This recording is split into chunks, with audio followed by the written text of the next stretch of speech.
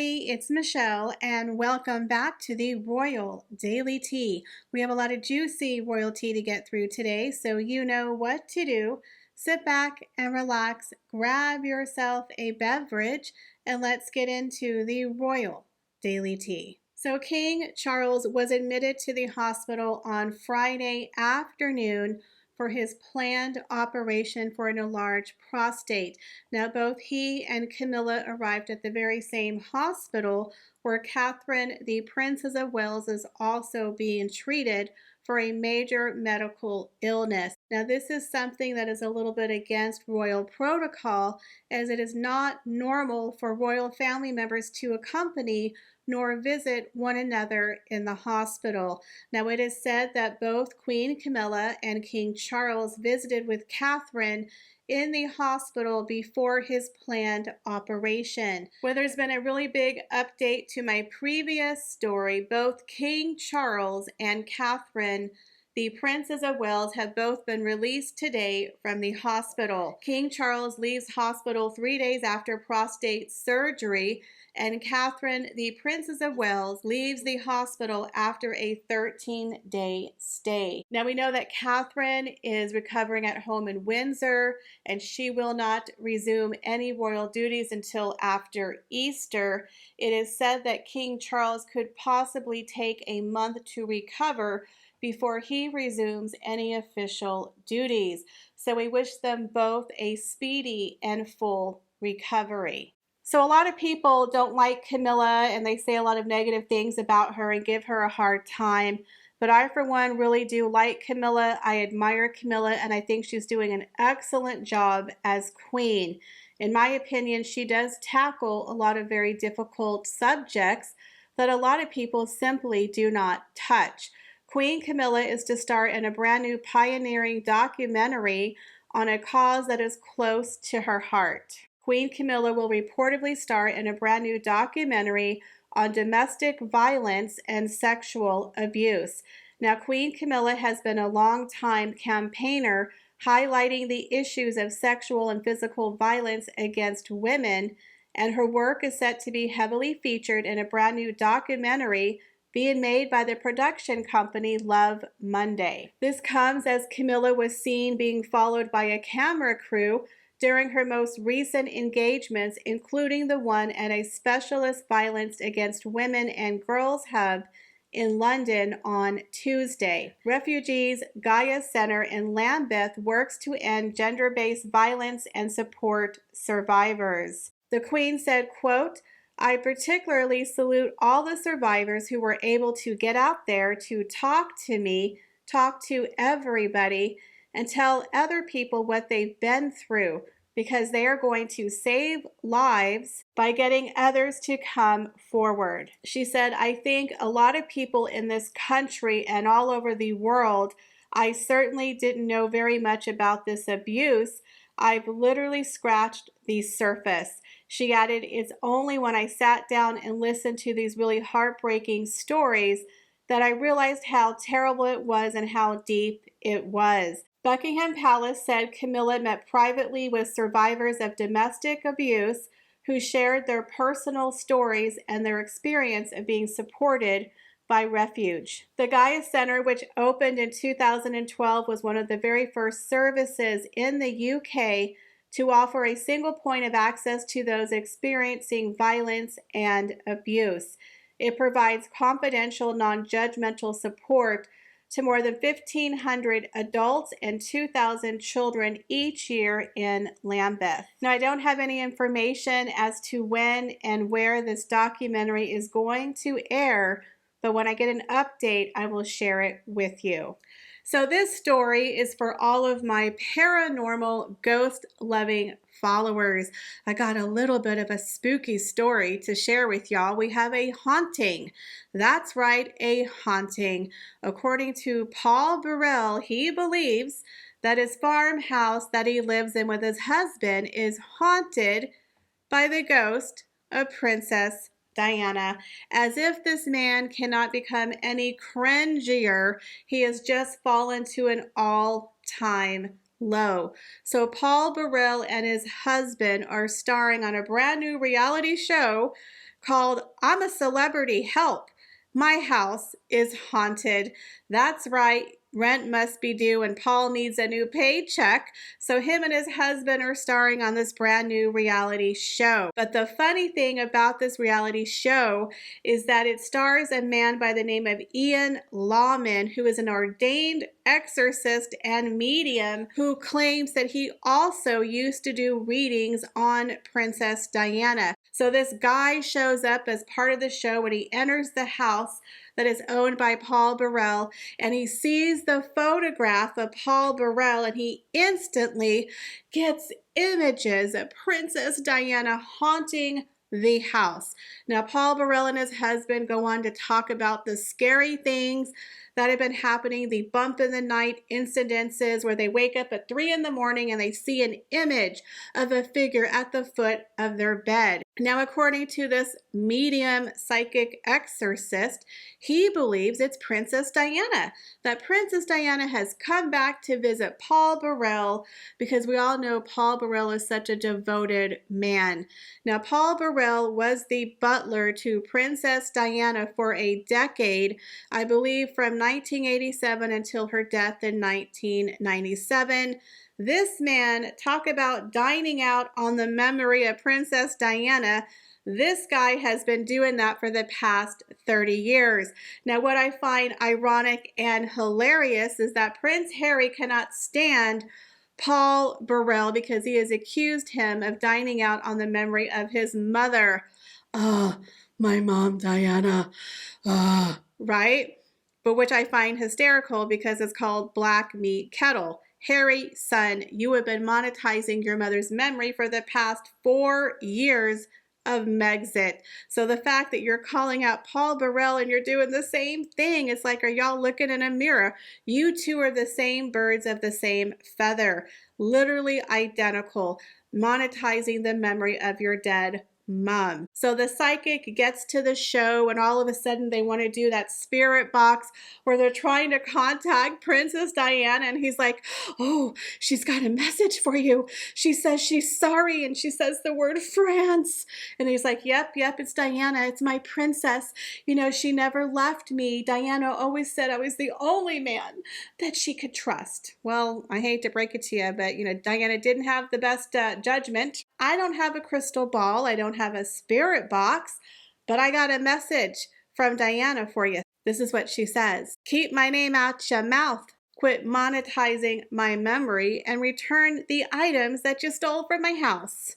That's what I think Diana would have to say to you, a man who has literally monetized his entire life off of his connection to Princess Diana. Now, if you want to watch this show where this man has this exorcist come into his farmhouse where they literally try to contact Princess Diana, it's being streamed on the Discovery Channel. Are Prince Harry and Meghan Markle eyeing up a brand new deal for a juicy Netflix sequel with a major competitor?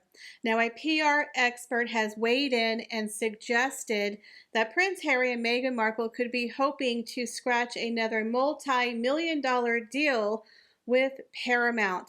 Now, we know, in my opinion, this is a make or break it year for Harry and Meghan. Things have not been going well for them, and their Netflix deal is hanging on by a thread. Rumor is they only have one project, which is Meet Me at the Lake, a brand new movie that Harry and Meghan are producing. But there's a lot of gossip behind the scenes that they're having difficulties getting this project off the ground. Now, we know that Harry and Meghan made a surprise in Jamaica last week when they showed up at the premiere of the new Bob Marley movie, One Love. Now, rumors have come out that they were actually invited to this premiere from the actual CEO of Paramount Pictures. Now a story has come out that they actually paid for Harry and Meghan to arrive on a private jet, where they were also staying at a very swanky $4,000 a night hotel. Rumor is Harry and Meghan partied at the after party with the CEO and Bob Marley's family. So now people are wondering, Are they trying to cozy up and land a new deal with Paramount because all of their opportunities are drying up with Netflix? Now, according to this PR expert, they suggested they could be eyeing up their next big multi-million-dollar deal away from Netflix, as the streaming giant is not really interested in any of their projects. Barely anything has been done with Netflix. They've only done one or two things, and quite frankly, the only one that was a hit was, of course, the salacious 6-part series about Harry and Meghan. Netflix is reportedly not interested in producing kids' show or more films with the Sussexes. Instead, they want to create a juicy feature-length version of their royal past, which at the moment would not be a good PR move for the couple. So it seems unlikely that it will happen as part of their current Netflix deal. Netflix canceled Meghan's animated series Pearl back in 2021 before production had even begun. And there is rumors that Harry and Meghan are having difficulties landing a director for their upcoming project, Meet Me at the Lake. But in my opinion, they're having a really hard time getting this off the ground. And if this is a complete failure, I would say they can kiss their Netflix deal goodbye. So do you guys think that Paramount might pick them up when their contract ends with Netflix in 2025? Leave me your comments, guys, down below. Well, Prince Harry just can't catch a break. He's now hit with a huge scandal involving one of his African charities. African Parks is a conservation organization that Prince Harry has been associated with for many years. The Duke of Sussex has been urged by human rights campaigners to step down from the board of directors at African Parks, which he has been president for the past 6 years. It comes amid major allegations that their eco guards have sexually assaulted and beat indigenous people in the Congo Basin. Ouch. A London-based human organization called Survival International claimed that they had contacted Prince Harry back in May of last year in regards to these allegations.